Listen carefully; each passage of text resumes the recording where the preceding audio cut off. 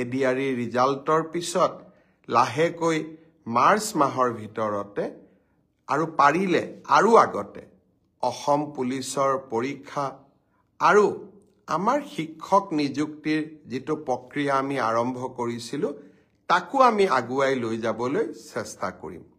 শিক্ষক নিযুক্তিৰ কথা মনলৈ আহোঁতেই মই আকৌ এবাৰ গৌৰৱ অনুভৱ কৰিছোঁ যে অসমত 2008 চনৰ পৰা মাত্ৰ 8,000 টকাৰে কন্ট্ৰেকচুৱেল টিচাৰৰ কাম কৰি থকা আটাইকে যোৱা 15 তাৰিখে মই নিয়মীয়া চৰকাৰী চাকৰিৰ নিযুক্তি পত্ৰ তুলি দিবলৈ সক্ষম হলোঁ। আকৌ এক প্ৰাপ্তিৰ আনন্দ।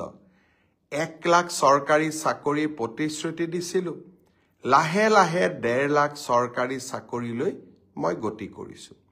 এডভান্টেজ অসম পাৰ হৈ যাওক। কোন পৰীক্ষাৰ কোনদিনাখন ৰিজাল্ট দিব মই ডেট আৰু সময় দুইটাই আপোনালোকক জনাম।